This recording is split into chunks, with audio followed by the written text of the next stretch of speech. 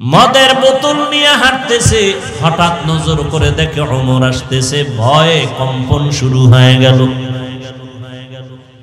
কি বলবে ওমর, তো কথার আগে তরবারি চালায়, বিন্দু থেকে বিন্দু কোনো ছাড় দেয় না, ধর্মের বিষয়, ইসলামের বিষয়। সামনে যখন আসলো ওমর বলে, এই যুবক, তোর বোতলের মধ্যে কি? যুবক বলে, কোনো কথা বলে না, ভয়। মনে মনে এমন তওবা করছে, ও আসমানের মালিক, তুমি আমাকে রক্ষা করো, হেফাজত করো, আমি আর কখনো মদ পান করব না। ওমর বোতলটা নেওয়া মাত্র দেখে বোতলের মধ্যে এক বিন্দু কোনো মদ নাই, পুরাটাই দুধে পরিণত হয়ে গেছে। কার কুদরত? কাদের কুদরত দারি বার কামাল, আনতা রব্বি আনতা হাসবি যুল জালাল, তুহি কাদের জলিলুল্লাহ জাহাদার, বহর হালে তুহি মেরা নেগাহদার। সেই ওমরকে নবীজি একদিন বলেন, ও ওমর, তুমি আমাকে কেমন মোহাব্বত করো, ভালোবাসো? ওমরে ফারুক রাদিয়াল্লাহু আনহু বলেন, পয়গম্বর, আমার পরিবার, সন্তান, আমার আহাল থেকে আমি আপনাকে বেশি মোহাব্বত করি। মদিনার নবী বলেন, ওমর, এখনো পর্যন্ত তুমি পূর্ণাঙ্গ মুমিন হতে পারো নাই। ওমরে ফারুক বলেন, কিভাবে ভালোবাসলে আপনাকে আমি পূর্ণাঙ্গ মুমিন হব? মদিনার নবী বলেন, ওমর, আপনি আপনার জীবন থেকে আমি মুহাম্মদরে বেশি মহব্বত করতে হবে। নবী বলতে দেরি হয়, ওমর বলেন, আল্লাহর জাতের কসম, আমি ওমর আমার জীবন থেকে আমি আপনাকে বেশি মহব্বত করি। নবীজি বললেন, আপনি এখন কামেল মুমিন হয়ে গেলেন। قال النبي صلى الله عليه وآله وسلم لا يؤمن أحدكم حتى أكون أحب إليه من والده وولده والناس أجمعين أو كما قال النبي عليه الصلاة والسلام। নিজের জীবন থেকেও বেশি মোহাব্বত করব মুহাম্মদকে, শেষ নবীকে, তাহলে আমি কামেল মুমিন। জীবন থেকেও বেশি মোহাব্বত করার মানে কি, ব্যাখ্যা কি? আপনি বললেন আমি জীবন থেকে নবীরে মোহাব্বত করি, এটার বাস্তবতা কি? এটা প্রত্যেকটা কথার কাজের বাস্তবতা আছে। মুখে বললেন আমি আমার জীবন থেকেও বেশি নবীকে মোহাব্বত করি, আর বাস্তবতা কি? বাস্তবতা হলো, এখন তো নবী আমার সামনে নাই। নাকি আপনাদের সখীপুরে নবী আসেন মাঝে মাঝে? অনেকে স্টেজে চেয়ার রাখে খালি, কিও কয় নবী আসবেন, চেয়ারে নবী বসবেন। এরকমও ভ্রান্ত ধারণাওয়ালা মানুষ আছে না নাই? নবী যদি সখীপুরে আসেন, তাহলে নবী মাদারীপুরে কবে যাবেন? আর নবী যদি মদিনার থেকে সখীপুরে আসেন, নবীর দেহ আসে না, রুহু আসে না, দোনোটা আসে? যদি কয় নবীর সব আসে, মদিনার রওজায় যারা জিয়ারত করে তাকে উভয় কি? রওজা তো খালি। এগুলো শুধু মূর্খতা ছাড়া আর কিছুই হতে পারে না। এলমেরা এজাজু করদন বেহিসাব, খলকেরা দাদন জওয়াবে বাসওয়াব। ভাইরা আমার, নবী এখন আমাদের মাঝে নাই। নবী বলেন, আমি গেলেও রেখে গেলাম দুই জিনিস, সুন্নাত আর কোরআন। এই দুই জিনিসকে আঁকড়াইয়া ধরো। সুন্নতকে যদি জীবিত রাখতে চাও, তোমার জীবনটা চলে যাবে। জীবনটারে যদি বাঁচাইতে চাও, সুন্নত মরে যাবে। এখন তোমার পরীক্ষা, তুমি জীবনকে ভালোবাসবা না সুন্নতের ভালোবাসবা, এটাই হবে তোমার পরীক্ষা। জীবন বাঁচাইলে সুন্নত থাকবে না, সুন্নত বাঁচাইতে গেলে জীবন থাকবে না।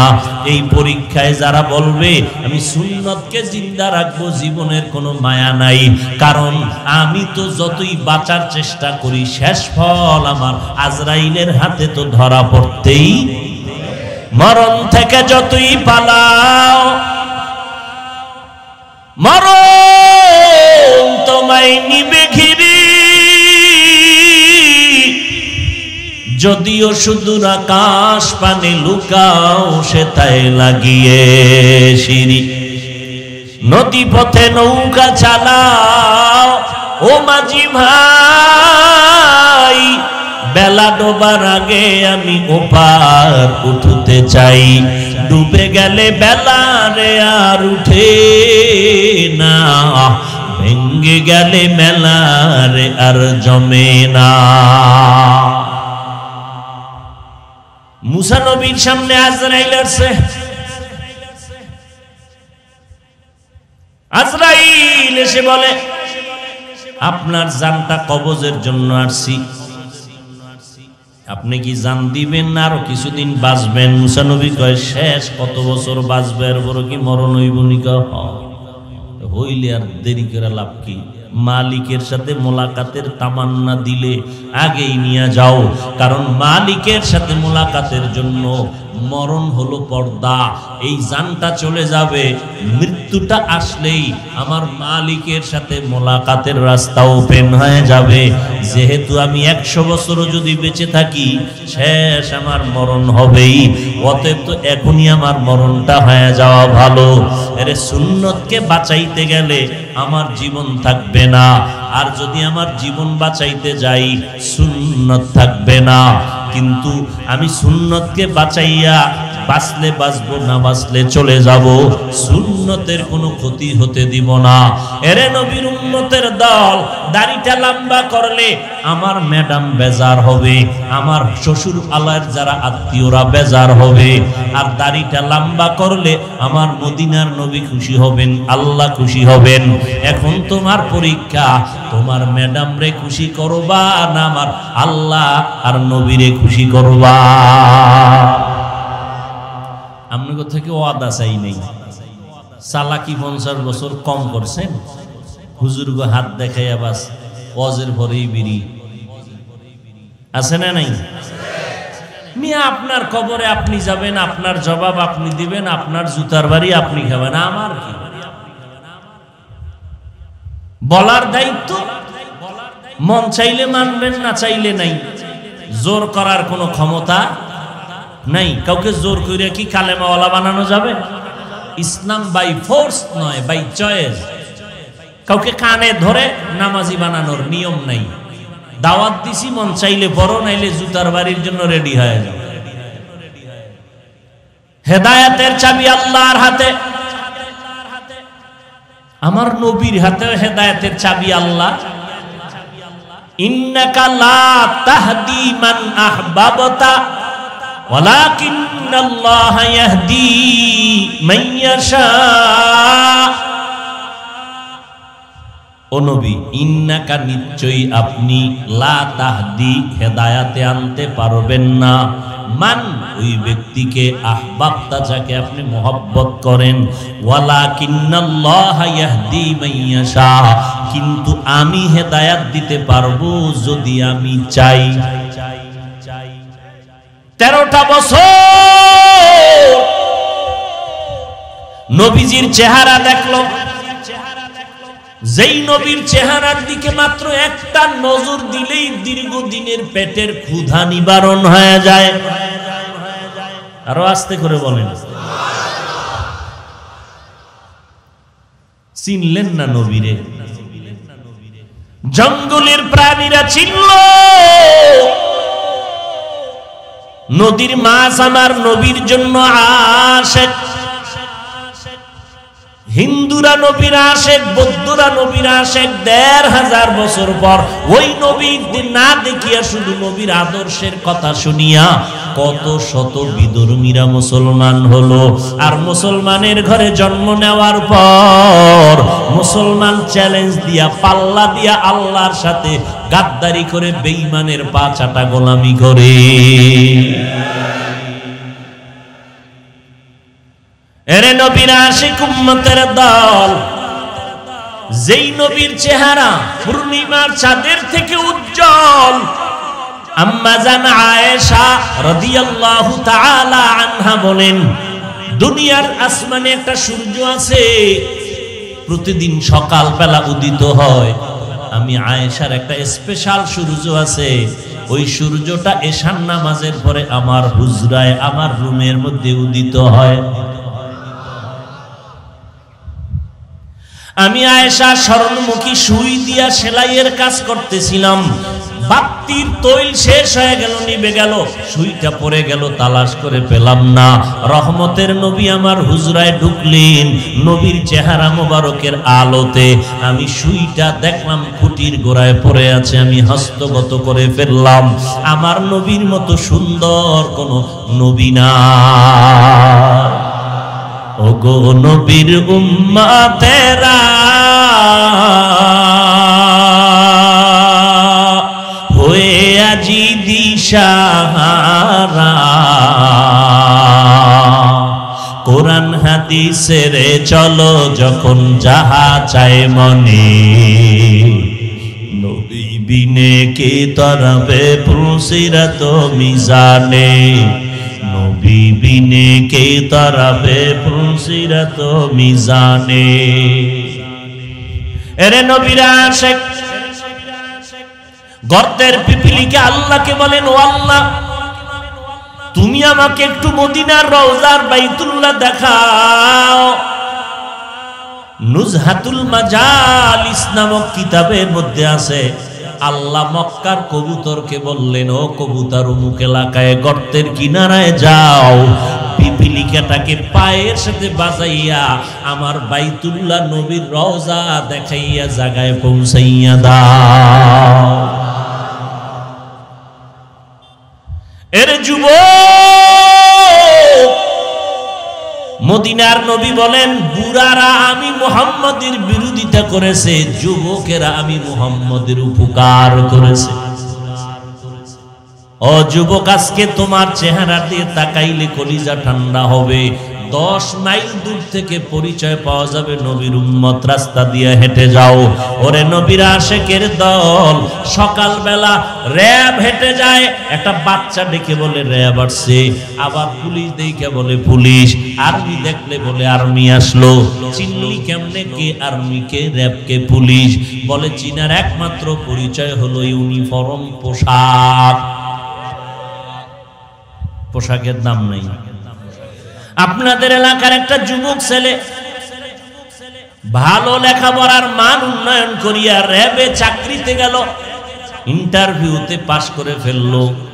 অফিসার বলল কালকে জয়েন করো। ঠিক আছে স্যার, কালকে বেতন কত? এত বেতন। আমার মনের একটু দাবি আছে, আপনি বেতন না দিলেও কোনো দুঃখ নাই। র্যাব এটা একটা চাকরির বড় দাম, আওয়াজটার বড় মূল্য।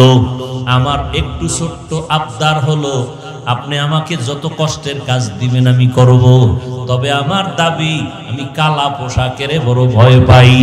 আমি শুধু সব আপনার মানব, তবে কালা পোশাক পরব না। যারা বুঝতেছেন বলেন, চাকরিটা ওকে হবে না? দুনিয়ার সরকারের কাছে যদি পোশাকের মূল্য হয়ে থাকে, আবার বাংলাদেশের সরকারের কাছে সরকারি বাহিনীর পোশাকের মূল্য, ভারতে গেলে চলবে না, সেখানে আবার ভিন্ন ইউনিফর্ম আছে, সেখানে আলাদা পোশাকের দাম। পরে দুনিয়ার সরকারের কাছে পোশাকের কারণে যদি এত মূল্য হতে পারে, এই জমিনে আমার নবীর সুন্নতি পোশাকের কেন মূল্য হবে না? আচ্ছা, আচ্ছা আপনি প্যান্ট শার্ট পরাই লাগবে, টাই লাগবে, না হয় চাকরি থাকে না।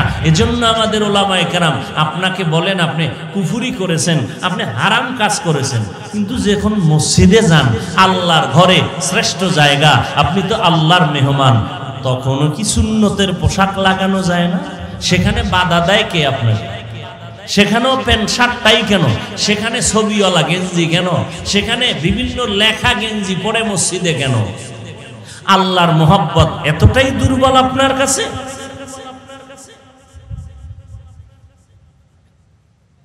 অথচ ইসলাম ধর্মের কথাটা শুনলে সারা দুনিয়ার বেঈমানরা আতঙ্কিত হয়ে যায়। আমরা মুসলমান, আমরা ইসলাম ধর্মের বয়ান করি, কই হিন্দুদের বিরুদ্ধে তো বলি না, খ্রিস্টানদের বিরুদ্ধে বলি না, ইহুদির বিরুদ্ধে বলি না, বৌদ্ধ ধর্মের বিরুদ্ধে বলি না। এমনকি আমাদের মুসলমানের মধ্যে এত ফেরকা, এত দল, কেউ টুপি পরে না, কেউ পরলেও সাদা পরে না, সাদাটাকে ঘৃণা করে। এরপরও আমরা পাঁচকুল্লি টুপি মাথায় দিয়ে চলি, অন্য টুপিওয়ালার বিরুদ্ধে কোনো কথা বলি না। কওমি মাদ্রাসায় পড়ি, আলিয়ার বিরুদ্ধে বলি না। ও আল্লাহর বান্দারা, তাবলীগ করি, কওমি মাদ্রাসায় পড়ি, চরমনাই উজানি যাই, যারা পছন্দ করে না তাদের বিরুদ্ধে বলি না। ও আল্লাহর বান্দা, এরপরেও সমস্ত বেঈমানেরা কেন ইসলাম শব্দ শুনলে ভয় পায়? কোরআনের ওয়াজ হবে মুসলমানের জন্য, এখানে হিন্দুদের বিরুদ্ধে কিছু বলা হবে না, ইহুদির বিরুদ্ধে বলা হবে না, কোন বিধর্মীর ধর্মের বিরুদ্ধে আক্রমণমূলক কিছুই বলা হবে না।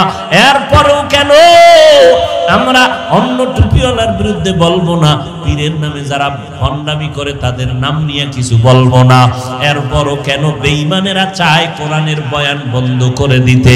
এর একটাই মাত্র কারণ, ইসলামের মতো শ্রেষ্ঠ ধর্ম জমিনের মধ্যে নাই, মুহাম্মদের আদর্শের মতো পবিত্র আদর্শ জমিনের মধ্যে নাই। এগুলো দেখলেই কেমন যেন বিধর্মীদের অন্তরে মায়া শুরু হয়ে যায়, কোরআনের আওয়াজটা কানে গেলেই যেন কেমন আকর্ষণ শুরু হয়। এটাকেই বরদাস্ত করতে পারে না বিধর্মীরা, শুধুমাত্র হিংসা। আমরা পাঁচকুল্লি টুপি মাথায় দিছি, অন্য টুপির বিরুদ্ধে বলি। আপনারা পাঁচকুল্লির বিরুদ্ধে বলেন কেন? যারা বলে তাদেরকে বলছি। আমি কওমি মাদ্রাসার লেখাপড়ার ছাত্র, আমি কোনোদিন আলিয়ার বিরুদ্ধে বলেছি? আপনারা কওমিকে পছন্দ করেন না কেন? আমি তাবলীগ করি, তাবলীগ যারা করে না তাদের গালি দিয়েছি, আপনি আমাদেরকে গালি দেন কেন? ইয়া নবী সালামু আলাইকা বইলে যারা নবীরে কাছে নিয়ে আসে সালাম দিয়া, আমরা বলছি তারা কাফের, আপনি কেন আমাদের গালি দেন? ভাইরা আমার, রাহমাতুল লিল আলামিনের চেহারা দেখলে কলিজা ঠান্ডা হয়ে যায়। সেই নবীকে দেখলো 13টা বছর,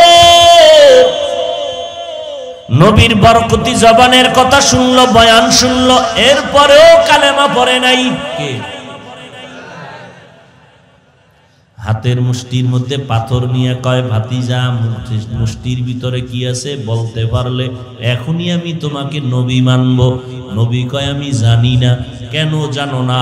বলে, আমি আলিমুল গাইবের মালিক না। গাইবের মালিক কে? আল্লাহ। কয়জন? সবাই জোরে বলেন। আল্লাহ যে এক, কোন দিক থেকে এক? কেমন এক? তার সহযোগিতায় কেউ নাই, বুঝে শুনে বললেন। তার গুণের মতো কারো গুণ নাই। আল্লাহ যে গুণের মালিক, এইরকম মালিক আরো কেউ আছে? নাই। সবাই একমত? যদি কেউ কয় আছে, এই আছে বলার নাম শিরিক। যারা বলবে তারা মুশরিক। মুশরিকদের জন্য জান্নাত হারাম। ওমাই ইউশরিক বিল্লাহ ফাকাদ হারামাল্লাহু আলাইহিল জান্নাহ।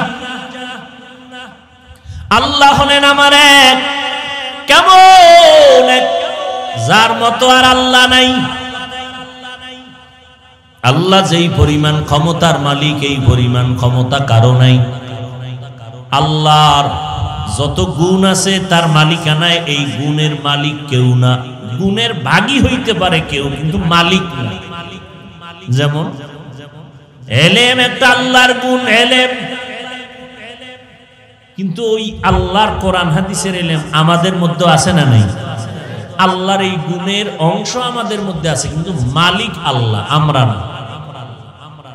ভাইরা আমার, আবার কিছু গুণ আছে যেগুলো বান্দার মধ্যে কখনো আসবেই না। যেমন আল্লাহর একটা গুণ, তিনি রাজ্জাক, রিজিক দেনেওয়ালা। এই গুণটা কারোর মধ্যে আছে? নাই। তিনি গাইবের মালিক। যদি কেউ বলেন আল্লাহ যেমন গাইব জানেন, এই রকম গাইব আরো একজন জানেন, তার মানে আল্লাহ যে এক বলছিলেন এখন আর এক নাই, তার সহযোগী আর একজন বানাইলেন, তাহলে এর নাম শিরিক। ভাইরা আমার, আল্লাহ রিজিক দেনেওয়ালা একক। যদি মনে করেন অন্য কেউ রিজিক দিতে পারে, তাহলে আল্লাহ যে এক, এটার থাকলো না, আর একজনারে মিশাইয়া অংশীদার বানায় দিলেন, আল্লাহর ক্ষমতাটাকে দুর্বল বানায় দিলেন, এর নাম শিরিক। যারা শিরিক করবে তাদের জন্য জান্নাত হারাম। এরে নবীর আশিক আবু জাহাল মুষ্টির মধ্যে পাথর নিয়ে বলে, কি আছে বলো। নবী বলেন, আমি বলতে জানি না, কারণ আল্লাহ আমারে জানাইলে আমি জানি, আল্লাহ আমারে দেখাইলে আমি দেখি, আল্লাহ যদি আমারে দেখান না আমি দেখতে পারি না। নামাজের মধ্যে নবী দাঁড়ায় গেলেন, জুতা পরিধান করে, সাহাবায়ে কেরাম পেছনে দাঁড়ালেন জুতা পরিধান করে। নামাজের মধ্যখানে নবীজি জুতা খুলে ফেললেন, সাহাবায়ে কেরাম জুতা খুলে ফেললেন। সালামের পরে নবী বললেন, জুতা খুললেন কেন? বলেন, নবী আপনি খুলেছেন এজন্য আমরা খুলেছি। তা আমি কি এমনি খুলছি নি? কেন খুলছেন জানি না, আমরা তো আপনারে দেখে দেখে অনুসরণ করি। নবী বললেন, সাহাবায়ে কেরাম আমি জুতা পরিধান করে নামাজে দাঁড়ানোর পরে নামাজের মাঝে জিবরাইল আমিন আসলেন, কানের গোড়ায় মুখ লাগাইয়া বললেন, ও পয়গম্বর জুতা খুলে ফেলেন, জুতার নিচে নাপাক আছে। আমি সাথে সাথে নাপাক জুতা খুলে ফেললাম। নাপাক অবস্থায় নামাজ কবুল হয় না। আমি নবী নামাজের আগে যদি জানতে পারতাম জুতার নিচে নাপাক আছে, নাপাক জুতা নিয়ে নামাজের ইমামতিতে দাঁড়াইতাম না। আমি নামাজের শুরুতে কেন জানি না? আল্লাহ আমারে জানায় নাই, এজন্য আমি জানি নাই। কবরস্থানের পাশে দিয়া নবী হাঁটেন, হাত করে বললেন, ও সাহাবায়ে কেরাম দাঁড়ান, কবরের মধ্যে আযাব হয়, আমরা আল্লাহর কাছে দোয়া করি। জুতার নিচের নাপাক দেখে না, অন্ধকার কবরের আযাব দেখলেন কেমনে? আল্লাহ আমারে দেখাইছেন। কথা বুঝেন? নবীরে আল্লাহ দেখাইলে দেখেন, আল্লাহ না দেখাইলে। আচ্ছা, এই কথাটা বললে নবীর সম্মান কমে যায় না? নিমক হারামের গোষ্ঠী, মূর্খ কথাকার। আল্লাহ নবীরে জানাইলে নবী জানেন, আল্লাহ নবীকে না জানাইলে নবী জানেন না। এইটার দ্বারা নবীর সম্মান কমে যায় না? নবীরে নবী বানাইছেন কে? তো পাওয়ার আল্লাহ, খালেক হিসাবে পাওয়ার তার আলাদা। আর পুরা মাখলুকের মধ্যে আমার নবীর পাওয়ার অনেক বেশি। তার মানে কি সে খালেক হিসাবে পাওয়ার না মাখলুক হিসাবে? খালেক আর মাখলুক কি এক হতে পারে কখনো? ইন্নাল্লাযীনা আমানু ওয়া আমিলুস সালিহাত কানাত লাহুম জান্নাতুল ফিরদাউসি নুজুলা।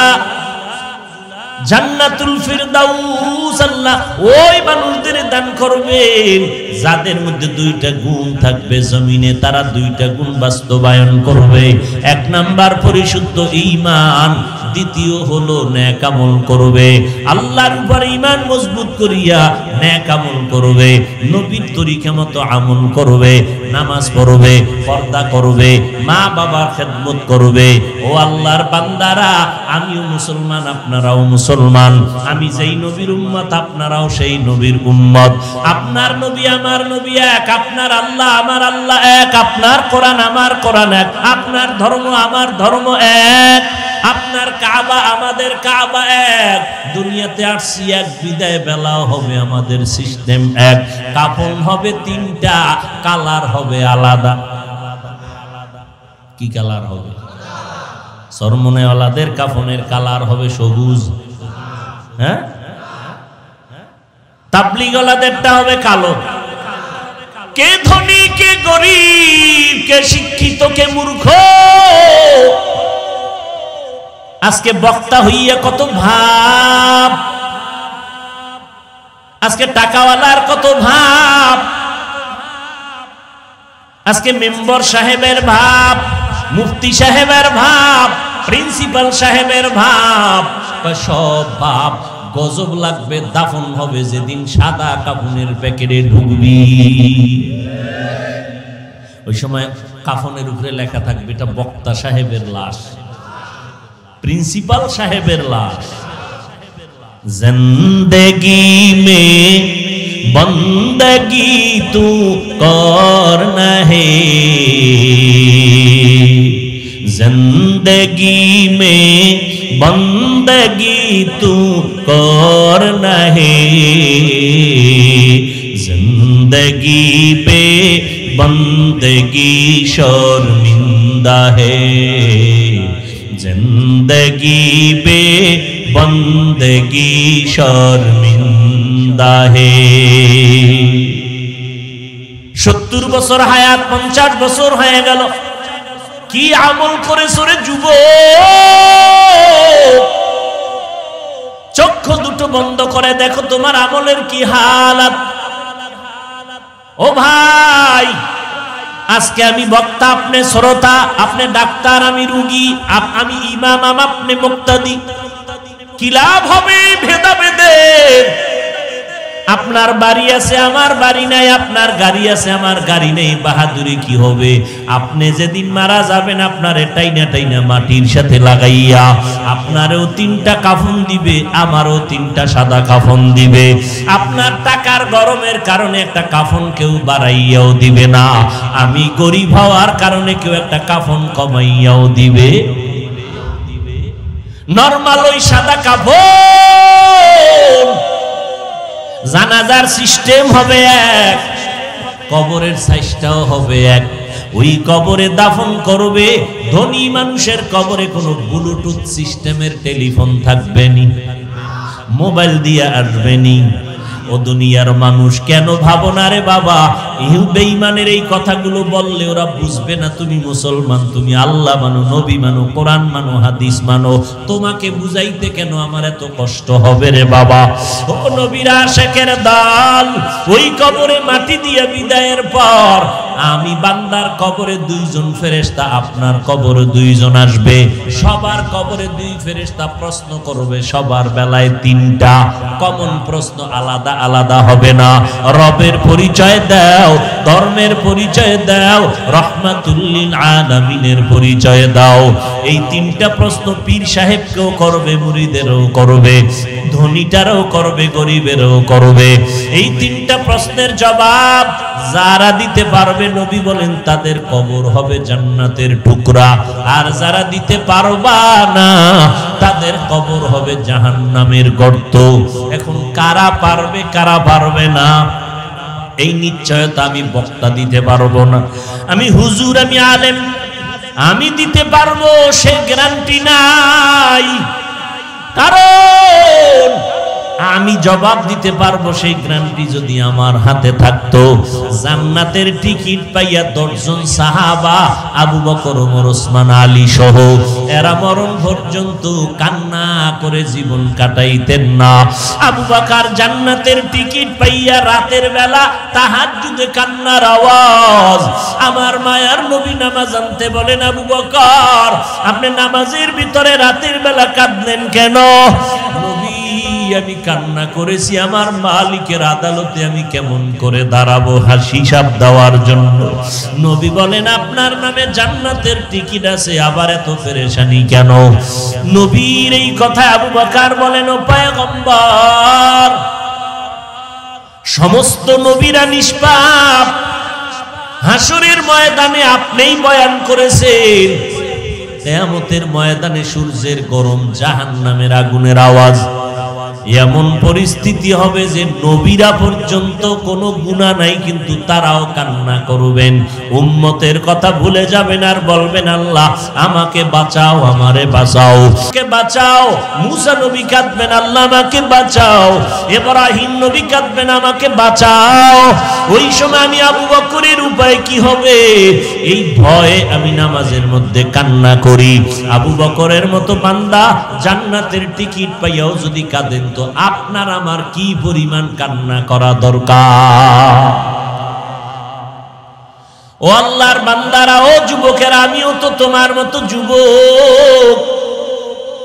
আজকে আমি বলবো না তুমি আমার মতো টুপিওয়ালা জামা পরো, পাগড়ি পরো, একবারও না। আমি বলবো না তুমি স্কুল ছেড়ে দাও, মাদ্রাসায় ভর্তি হও, একবারও না। কেউ বললেও আমি তা অ্যাকসেপ্ট করি না, সমর্থন করি না। বরং আমি দ্ব্যর্থহীন ভাষায় দিল থেকে মোহাব্বতের সাথে তোমাদেরকে বলে গেলাম, মুখস্থ করে রাখবা। স্কুলে যারা পড়ো, কলেজে পড়ো, জীবন ওই রাস্তাটা ছাড়বা না। কারণ আমার দেশে ডাক্তার দরকার, ইঞ্জিনিয়ার দরকার, প্রফেসর অনেক দরকার। তুমি স্কুল কলেজে পড়ো, ওখানে লেখাপড়া করে ডাক্তার হও, ইঞ্জিনিয়ার হও, সাংবাদিক হও, প্রফেসর হও, একজন এসপি হও, ডিসি হও, আমাদের বড় দরকার আছে। ও আল্লাহর বান্দারা, তবে দাবি একটাই, ওই জায়গায় পড়িয়া তুমি আমার আল্লাহরে ভুলিয়া যাইও না, নবীর তরিকা ছাড়িও না রে বাবা। বলতে পারো হাফিজ ভাই, স্কুল কলেজে পড়িয়া কেমনে আল্লাহকে ভুলিয়া থাকবো না, কেমনে নবীর তরিকায় চলবো? এইটা উদাহরণ দিতে গিয়া তোমার ডানে পাশের যুবকের দিকে তাকাই একটু খেয়াল করে দেখো। স্কুল কলেজে পড়ুয়া তোমাদের মতো ছাত্র, তোমাদের মতো ছাত্রী, একটু তোমরাই জবাব দাও, পাঁচ বেলার নামাজি আছে না নাই? তাহলে ওদের পাও দোয়া পানি খাও খালি পেটে 3 বার। তুমি যেহেতু পারো না, তোমার ক্লাসের ছেলে মেয়েরা নামাজ পড়ে আর তুমি পারো না, তো ওদের পাও ধোয়া পানি নিয়ে নাও, প্রতিদিন খালি পেটে 3 বার পানি পান করবা। এটা তোমার জন্য এক মহা তাবিজ। কারণ তুমি যেই ক্লাসে পড়ো, তোমার ক্লাসের ছেলে মেয়ে যদি নামাজ পড়ে, তুমি পারবা না কেন? কেমনে বুঝাইলে তোমার লজ্জা হবে? তোমার মতো যুবকরা আর্মি, পুলিশ, বিডিআরের চাকরি করে, 5 ওয়াক্ত নামাজি, দাড়িওয়ালার অভাব নাই। বলো বাবা তুমি কেন পারবা না? বালিশে মাথা লাগাইয়া রাতের বেলা যখন ঘুমাও, একটু চিন্তা করিও, ঘুমের ঘরেও তো কত মানুষ মরে গেল। এমন একটা দিন নাই যে যুবকের লাশের খবর নাই। কয়দিন আর বাহাদুরি করবা? ও যুবক, তোমার বন্ধু বান্ধবের মধ্যে তাকায় দেখছনি, অনেকেই কিন্তু বিদায়ের পথে। লেখাপড়ার টেবিলে কত বন্ধু ছিল, আজ অনেকেই নাই। খেলাধুলার মাঠে কত আপন বন্ধু ছিল, আজ অনেকেই নাই। কেমন যেন আমি একা একা হয়ে যাইতেছি। ও আল্লাহর বান্দারা, নবীর তরিকা মানলে সম্মান যদি কমে যায় তাও বলো আমি তোমার কথা একমত হয়, আমিও নবীর সুন্নত বাদ দিয়ে দিব। নবীর সুন্নত ছাড়া যদি আরো কারো ভালো আদর্শ থাকে বলো, নবীরটা বাদ দিয়া তারটা ধরবো। 1500 বছরে কেউ পারে নাই, ইনশাআল্লাহ পারবেও। আমার নবীর তরিকা মতে চুল কাটো, দাড়িটা লম্বা করো, সম্মান দিবেন আমার আল্লাহ। ও যুবক, ঢাকা কলেজে যাও, গিয়ে দেখো তোমার মতো কলেজের ছেলে পাগড়ি পরিয়া ক্লাস করে, লম্বা জামা, 5 ওয়াক্ত নামাজি, মনে হয় যেন কোনো একটা মসজিদের বড় খতিব, মাদ্রাসার শিক্ষক, অথচ ঢাকা কলেজে লেখাপড়া করে। তুমি কেন পারবা না রে বাবা? ও পর্দার আড়ালের আম্মা জানেরা আছে?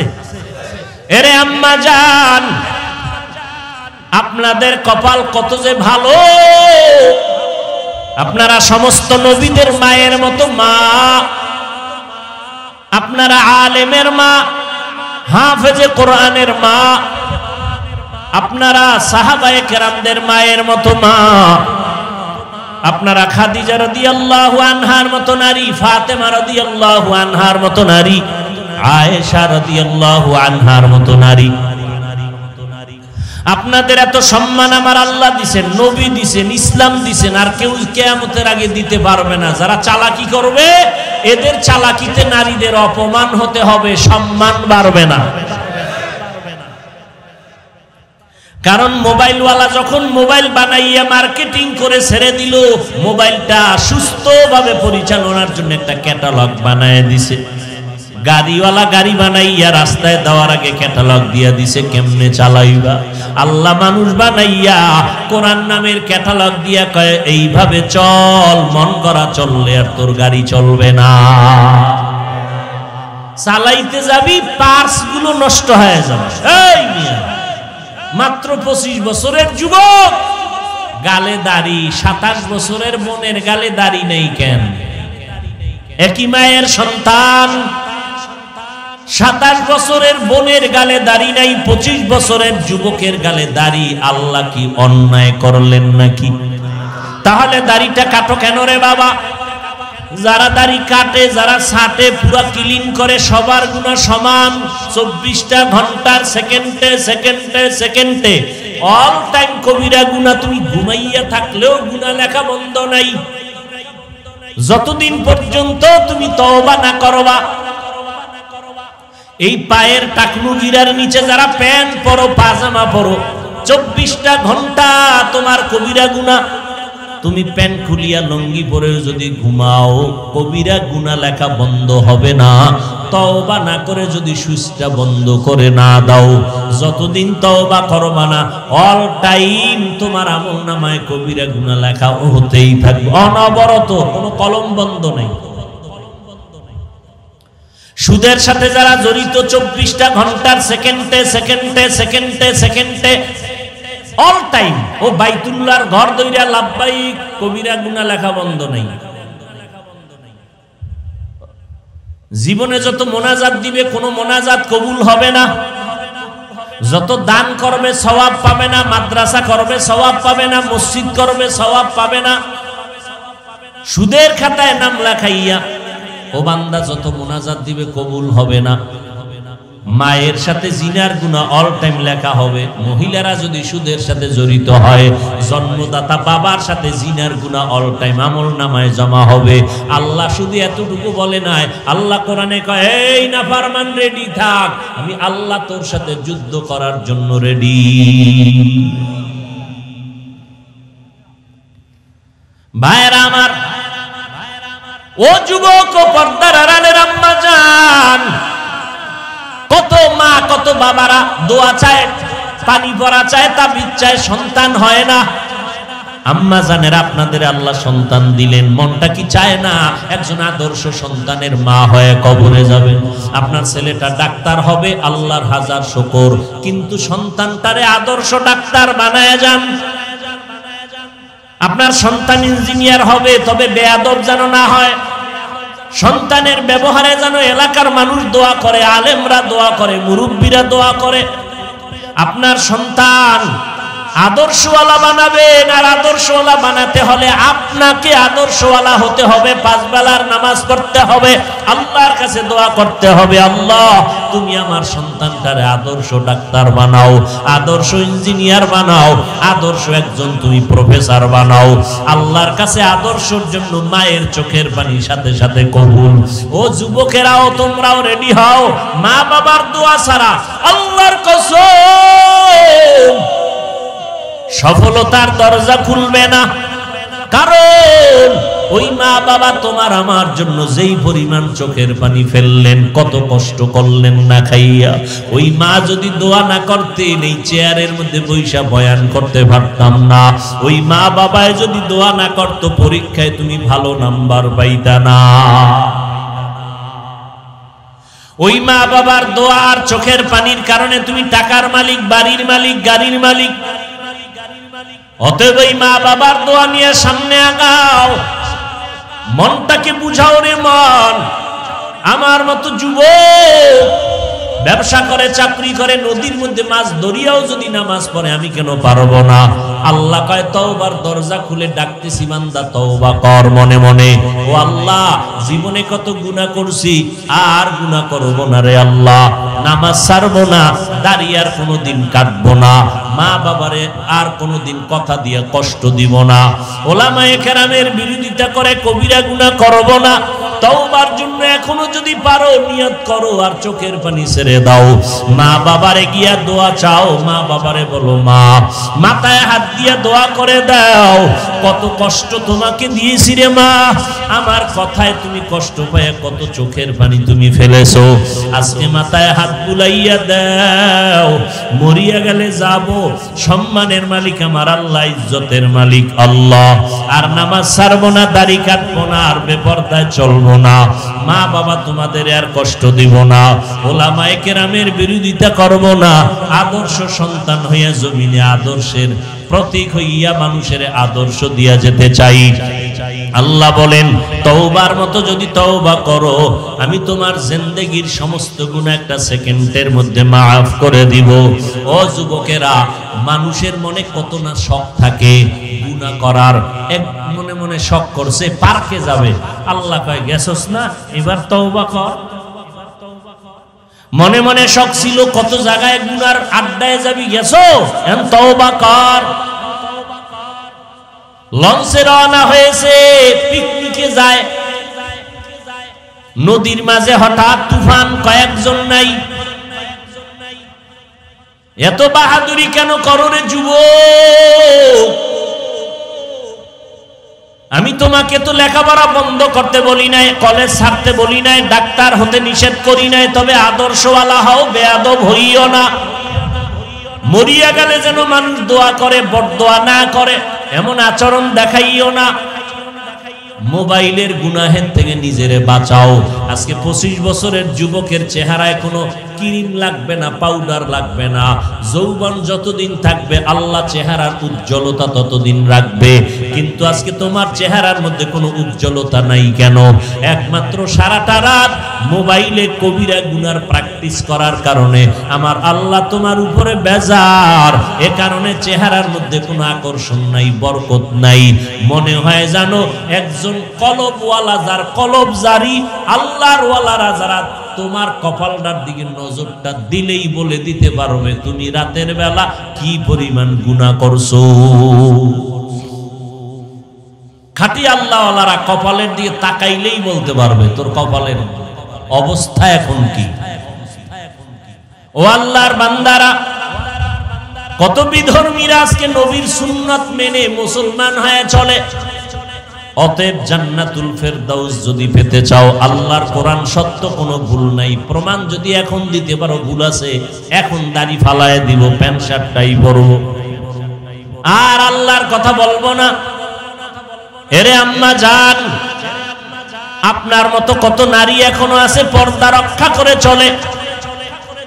আপনি যদি ভালো সন্তান চান, আপনাকে ভালো হয়ে চলতে হবে।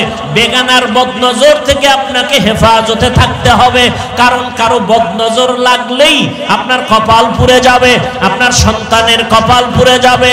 কারণ গাছ ভালো হলেই তো ফল ভালো হবে, মা বাবা ভালো হলেই তো সন্তান ভালো হবে।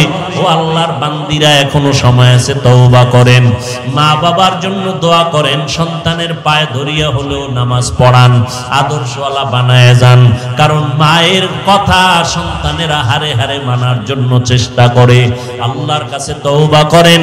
ও বৃদ্ধ বাবাজি, আল্লাহর কাছে সন্তানের জন্য দোয়া করেন, নিজের আদর্শ চরিত্র ভালোর জন্য দোয়া করেন। আপনি সন্তানকে মোবাইলের বিরুদ্ধে বলবেন, নিজে সারা রাত্র মোবাইল চালাবেন, এইভাবে বললে কোনো সন্তান লাইনে আসবে না। আপনি নামাজ পড়বেন না, সন্তানের নামাজের দাওয়াত দিবেন, কাজ হবে না। এজন্য আল্লাহ কি বলেন, কু আনফুসাকুম ওয়া আহলিকুম নারা, জাহান্নাম থেকে আগে নিজেকে বাঁচাও, তারপরে তোমার আহলকে বাঁচাও। অতএব এখনো সময় আছে, তওবা করে নাও। তবে সবার কপালে তওবা নসিব হবে না। শুরুতেই কিন্তু বলেছিলাম 13টা বছর নবীরে দেখলো, বয়ান শুনলো, কালেমা নসিবে আসলো না কে? আর 13টা বছর বয়ান শুনিয়াও কালেমা পড়লো না। আর ওদিকে ওমরের মতো বান্দা নবীর মাথা কাটার জন্য গিয়া কালেমা পড়ে দামি মুসলমান হয়ে গেল। অতএব হেদায়েতের মালিক আমার আল্লাহ, এই বয়ানে তওবা করিয়া হয়তো কেউ জীবনে আর নামাজ ছাড়বে না, বাড়ি যাবে, ফজরের নামাজে মসজিদে হাজির হবে। আবার কিছু আল্লাহর বান্দারা বলবে না, এত তাড়াতাড়ি তওবা করব না, কপালে তওবা নসিব হবে না। অতএব আমি সবাইকেই বলবো, আল্লাহর কাছে তওবা করি। মরিয়া গেলে যাব, আর নামাজ ছাড়বো না, বেপরদায় চলবো না, মা বাবারে কষ্ট দিব না, নবীর তরিকার বাহিরে চলবো না। তওবা করার মতো যদি নিয়ত থাকে, মুনাফিকি অন্তরে না থাকে, খাঁটি তওবার নিয়তে দুটো হাত আমার আল্লাহকে দেখাইয়া দেই। আল্লাহ গো, হাতগুলো আমাদের কবুল করে নেন। আয় আল্লাহ, দাড়িওয়ালা পাঁচ ওয়াক্ত নামাজি মা বাবার বাধ্যগত সন্তান বানায় দেন, আদর্শওয়ালা মানুষ বানায় দেন, সুন্নতওয়ালা জিন্দেগি দান করেন। আমাদের তওবার উপরে মজবুত হইয়া গুনাহমুক্ত হয়ে চলার তৌফিক দান করেন, আমিন। আলহামদুলিল্লাহি রাব্বিল আলামিন, ওয়াসসালাতু ওয়াসসালামু আলা সাইয়্যিদিল আমবিয়া ওয়াল মুরসালিন ওয়া আলা আলিহি ওয়া আসহাবিহি আজমাইন। ইয়া আরহামার রাহিমিন, ইয়া আরহামার রাহিমিন, ইয়া আরহামার রাহিমিন। রব্বিরহামহুমা কামা রব্বায়ানি সগীরা। আল্লাহুম্মা ইন্নাকা আফুউন কারীম তুহিব্বুল আফওয়া